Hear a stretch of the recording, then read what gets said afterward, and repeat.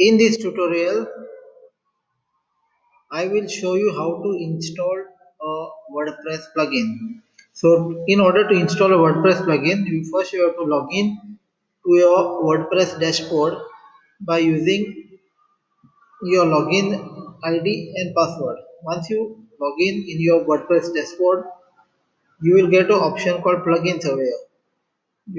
You hover on this plugins, then you click on add new. Then you will get this screen which will say add plugins or upload plugin. If you already have a plugin which is in a file format, meaning you have downloaded the file from a website or something, then you have to upload it from this upload option. That is like this. You click on upload plugin, then you have to choose your file and select the file, and then you can click on install now. If you don't have the plugin in the file format, then you have to search the plugin over here. Say for example you want to install the plugin related to SEO, then you just click on or type SEO over here. When you type SEO, it will show you all the related plugins to SEO. For example, there is one called all-in-one SEO, RankMath, Yoast SEO, SEO framework, SEO press. All these plugins it is showing. Now to install the plugin, you just have to click on install now. So when you click on install now,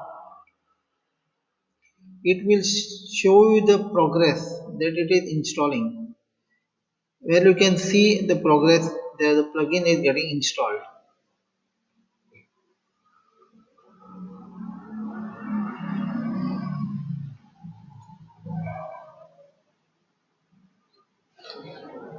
Once it has got installed, this button will change to activate. Then you have to click on activate, because without activating the plugin you will not be able to use the plugin. Just click on activate.